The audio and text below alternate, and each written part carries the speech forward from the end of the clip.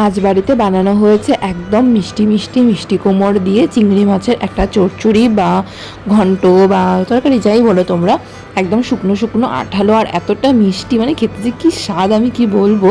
আমার খুবই খুবই পছন্দের একটা মানে মাছ আর খুবই পছন্দের একটা তরকারি। আজ অনেক অনেক দিন পর বানানো হলো। হঠাৎ করে বাবা দেখি যে বাজার থেকে চিংড়ি মাছ নিয়ে এসেছে। তা সেই চিংড়ি মাছ মা দেখলাম পরিষ্কার টরিষ্কার করে এই যে রেখে দিয়েছে। তারপর দেখলাম, মাকে বললাম যে মা মিষ্টি কুমড় দিয়ে বানিয়ে দাও। বাড়িতে ছিল একটা করে মিষ্টি কুমড়, সেই মিষ্টি কুমড় দিয়ে শুধু আমার জন্যই বানানো হবে। প্রথমে চিংড়ি মাছগুলোকে ভালো করে ভাজা করে নিতে হবে তেলের মধ্যে। মাছগুলোকে দিয়ে ভালো করে প্রথমে একটু নেড়ে চেড়ে নিতে হবে। আর মাছগুলো একটু মানে ভেজা ভেজা টাইপের, তো একটু কড়াইতে লেগে যায়। তাই ওরকম মানে আগে ভালো করে তেলটাকে গরম করে নিতে হবে, তারপর মাছগুলোকে দিতে হবে।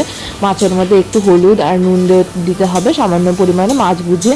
তারপর মাছগুলোকে একটু ভালো করে কড়কড়া করে ভেজে নিতে হবে। ওই সময় যখন তরকারি খেতে পারতাম না, ডাল দিয়ে এই মুচমুচে চিংড়ি মাছ ভাজাগুলোকে খেতাম, কি যে স্বাদ লাগতো। তরকারি খেতে পারতাম না ঝাল লাগবে বলে, তাই জন্য মা আমার জন্য চিংড়ি মাছ ভাজা রাখতো। এত স্বাদ লাগতো মানে কি যে বলবো। মাছ ভাজাগুলো কড়াইতে লেগে যাচ্ছে, তাই জন্য মা খুন্তি আর এই যে মনে হচ্ছে ঢাল নিয়ে তরোয়াল নিয়ে যুদ্ধ চলছে। মাছ ভাজাগুলোকে কড়াই থেকে তোলার চেষ্টা হচ্ছে। একদম যুদ্ধে প্রস্তুত, রান্নি থেকে যোদ্ধা হয়ে গেছেন।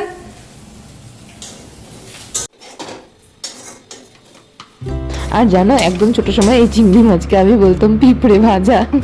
কারণ বড় পিঁপড়েগুলো তো ভাজার পর মানে এই ভাজার পর যেরকম মাছগুলো ছোটো ছোটো হয়ে যায় না, তো পিঁপড়েকে বলতাম পিঁপড়ের মতন, বড় পিঁপড়ের মতন পিঁপড়ে ভাজা বলতাম আমি। তা কড়াইতে তেল দিয়ে দিয়েছে, তেল দিয়ে একটুখানি ফোড়ন দিতে হবে। তেলটা গরম হয়ে গেলে আর এদিকে মশলার মধ্যে দিয়েছি একটুখানি পরিমাণ পেঁয়াজ বাটা, জিরে ধনের গুঁড়ো, হলুদ, নুন, মরিচ আর ফোড়নটা দিয়ে তারপর মিষ্টি কুমড়োগুলোকে দিয়ে দিয়েছি। মিষ্টি কুমড়োগুলো হালকা নেড়ে চেড়ে নিতে হবে, মানে সামান্য ভাজা করার মতন আর কি, একটুখানি নেড়ে চেড়ে নিতে হবে। তারপর মশলাগুলো দিয়ে দিতে হবে।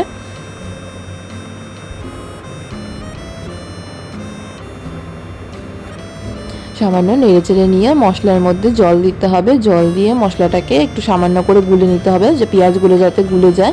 এর মধ্যে রসুন টসুন কোনো কিছুই দেওয়া হয়নি। দিয়ে তারপর জল দিয়ে গুলে এই মিষ্টি কুমড়োর মধ্যে দিয়ে দেওয়া হয়েছে। তারপর ভালো করে মিশিয়ে নিয়েছে আমার। মিশিয়ে নিয়ে এইকে ঢেকে ঢেকে রান্না করা হবে। মিষ্টি কুমড়ো তো খুবই কম সময় লাগে, আর খুবই কম যেহেতু মিষ্টি কুমড়, তাই ফটাফটি হয়ে যাবে। শুধু আমার জন্যই বানিয়ে নিচ্ছে মায়ের তরকারি। তারপর একটুখানি করে জল দিয়ে ঢেকে রান্না করেছে 5-10 মিনিট মতন পর্যন্ত। জলটা একটুখানি শুকিয়ে যাওয়া পর্যন্ত করতে হবে। জলটা শুকিয়ে আসতে মিষ্টি কুমড়োগুলো কিছুটা নরমই হয়ে গেছে। তারপর বাকিটা এই জলটাকে শুকাতে হবে, একদম মিষ্টি কুমড়োগুলোকে মাখা মাখা করতে হবে। তারপর এর মধ্যে ঝোল দিয়ে দেবে। এই যে ঝোল দেওয়ার আগে মা চিংড়ি মাছ দিয়ে দিল, চিংড়ি মাছগুলোকে দিয়ে তারপরে ওকে আর একটু কষিয়ে নেবে। কষিয়ে নিয়ে তারপর একে ঝোল দেবে, যাতে মিষ্টি কুমড়োগুলো পুরো সেদ্ধ হয়ে যায়। যখন মাখা মাখা লাগে মিষ্টি কুমড়োর, এই মাখা মাখাটার জন্যই তো স্বাদ লাগে, মানে খুবই স্বাদ লাগে কি বলবো। মানে এখনই দেখছি তো আমি, দেখে আমার মুখে মানে জিভে জল আসছে। তারপর এই যে মিষ্টি কুমড়োগুলো যেভাবে শুকিয়ে গেছে, কড়াইতে লাগা শুরু করে দিয়েছে, তখন মা জল দিয়ে দিল। বেশি জল দেওয়া যাবে না, কারণ মিষ্টি কুমড়োর তরকারিটা একদম ঘন মাখা মাখা করতে হবে, চটচড়ির মতন টাইপের। তো তাই জন্য অল্প করে জল দিয়ে আবার ঢেকে দিয়ে রান্না করেছে কতক্ষণ।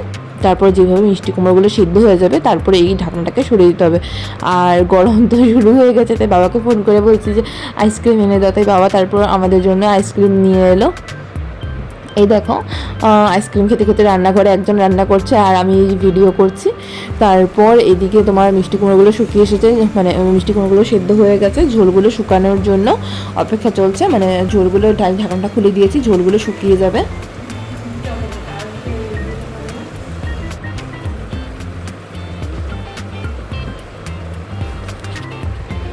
তারপরে এই যে নুন টেস্ট চলছে, মার নুন টেস্ট করে দেখে নিল ঠিক আছে কিনা। তারপর বাস হয়েই এসেছে, একটুখানি শুকিয়ে গেলে তারপর নামিয়ে নেব। দেখো তো কেমন লেগেছে। যদি রান্নাবান্নাগুলো পছন্দ হয় একটুখানি লাইক করে দিয়ে সাবস্ক্রাইব করে দিয়ে পাশে থেকো। মার কাছ থেকে নতুন নতুন রান্নাবান্নাগুলো শিখে নিচ্ছি, আর সাথে সাথে ভিডিও করে নিচ্ছি, কারণ যাতে আমি যখন কোনো সময় রাঁধতে যাই তখন যাতে আমার বিপদে না পড়তে হয় যে কীভাবে রাঁধবো বলে। দেখো কতটা লোভনীয় লাগছে, মানে দেখি মানে গন্ধে কি বলবো, গন্ধে সারাটা ঘর ভরে যায়। আর দেখে যে এত সুন্দর লাগে, মানে খিদে না পেলেও না যেন এই মানে তরকারি দেখে খিদে পেয়ে যাবে।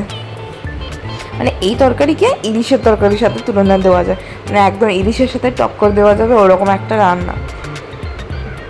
পছন্দ হলে সাবস্ক্রাইব করো। চলো দেখা হবে নেক্সট ভিডিওতে। আর মায়ের সাথে নতুন রান্নাগুলো শিখছি। একটু পাশে থেকো তোমরা পাশে থাকলে একটু সাপোর্ট পাবো। আমাদের 60 সাবস্ক্রাইবার হতে চলেছে, তা একটু 100টা কমপ্লিট করতে একটু হেল্প করো তোমরা সবাই। Thank you so much.